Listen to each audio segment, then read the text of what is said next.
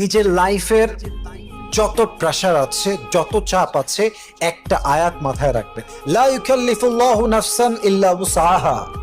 Allah subhanahu wa ta'ala does not require a soul more than what it can afford.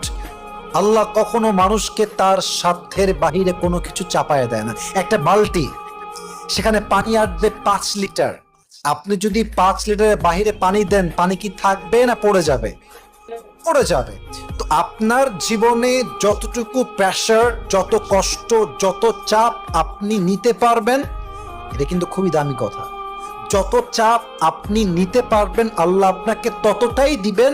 লা ইউকাল্লিফুল্লাহু নাফসান ইল্লা উসাহা। Allah does not require a soul more than what it can afford. আল্লাহ বান্দার সাধ্যের বাহিরে কখনো কোনো বোঝা চাপিয়ে দেয় না, ঠিক কিনা বলেন? এই বিশ্বাস যখন রাখবেন, দেখবেন যে জীবনের প্রত্যেকটা